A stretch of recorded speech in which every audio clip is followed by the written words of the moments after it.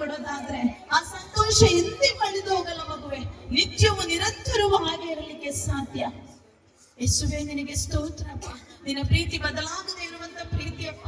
ತಾಯಿ ನಮ್ಮನ್ನ ಮರೆತರು, ತಂದೆ ನಮ್ಮನ್ನ ಕೈ ಬಿಟ್ಟರು, ನಮ್ಮನ್ನ ಎಂದಿಗೂ ಕೈ ಬಿಡ್ಲಿಲ್ಲಪ್ಪ.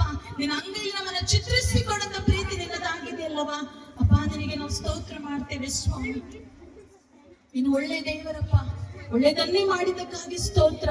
ಈ ದಿನ ನನ್ನ ಸಂತೋಷಕ್ಕೆ ಕಾರಣನು ನೀನಾಗಿರೋದಕ್ಕಾಗಿ ಸ್ತೋತ್ರ ಅಪ್ಪ. ನೀನು ಒಳ್ಳೆ ದೇವರು ಸ್ವಾಮಿ, ಒಳ್ಳೆದನ್ನೇ ಮಾಡಿದ್ದಕ್ಕಾಗಿ ಸ್ತೋತ್ರ ಮಾಡ್ತೇವೆ ಸ್ವಾಮಿ. ನಿನ್ನಂತ ದೇವರು ಯಾರು ಇಲ್ಲ ಅಪ್ಪ. ಅಪ್ಪ ನನಗಾಗಿ ಪ್ರಾಣವನ್ನ ಕೊಟ್ಟ ದೇವರಿ ಲೋಕದಲ್ಲಿ ಯಾರು ಇಲ್ಲ ಸ್ವಾಮಿ. ಇದನ್ನ ನಾವೆಲ್ಲ ಕೂಡಿ ಬಂದಿರುವಂತದ್ದು ಒಂದೇ ಒಂದಕ್ಕಾಗಿ, ನನಗಾಗಿ ಪ್ರಾಣವನ್ನ ಕೊಟ್ಟು ನಿನಗೆ ಮೃತ್ಯುಂಜಯನಾಗಿ ಎದ್ದು ಸದಾಕಾಲವು ತಂದೆಯ ಬಲ ಪಾರ್ಶ್ವದಲ್ಲಿ ಕುಳಿತುಕೊಂಡು ಜೀವಿಸುವಂತ ದೇವರಿಗೆ ಆರಾಧನೆ ಮಾಡ್ಲಿಕ್ಕಾಗಿ ಬಂದಿದ್ದೇವೆ. ನಮ್ಮ ಸ್ತುತಿ ಸ್ತೋತ್ರವನ್ನ ಲಾಲಿಸಿ ಎಂದು ನಾವು ಬೇಡ್ತಾ ಇದ್ದೇವೆ ಸ್ವಾಮಿ.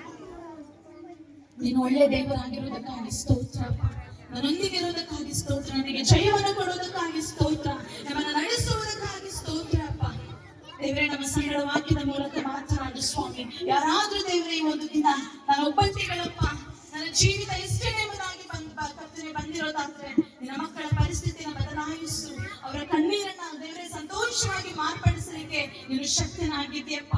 ಅವರ ಪ್ರಾರ್ಥನೆ ಮನವಿಗಳಿಗೆ ದೇವರೇ ಸದುತ್ತರವನ್ನು ಕೊಡಿ ಎಂದು ನಾವು ಬೇಡ್ತೇವೆ ಸ್ವಾಮಿ.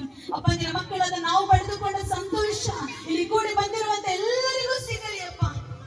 ಅದ್ಭುತ ಮಾಡು ಸ್ವಾಮಿ.